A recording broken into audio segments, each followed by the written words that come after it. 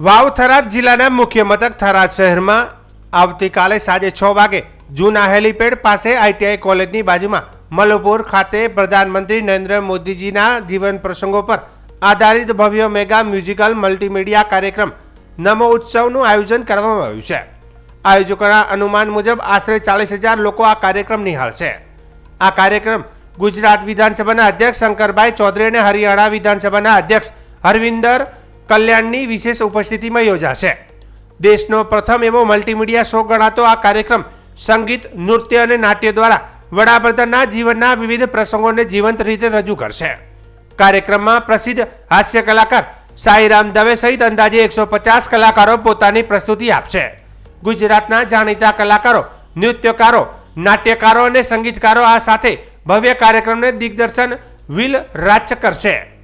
સંગીત રાહુલ મુંજારિયા આપશે અને કોરિયોગ્રાફર અંકુર પઠાણની ટીમે વિશેષ નૃત્ય રજૂ કરશે।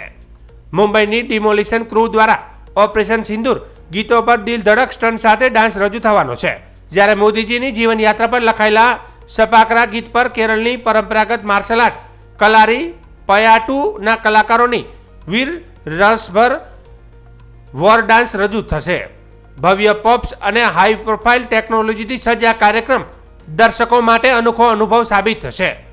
સંસ્કૃતિ મંડળ થરાદ દ્વારા આયોજિત આ કાર્યક્રમમાં સંપૂર્ણપણે નિઃશુલ્ક રાખવામાં આવ્યો છે।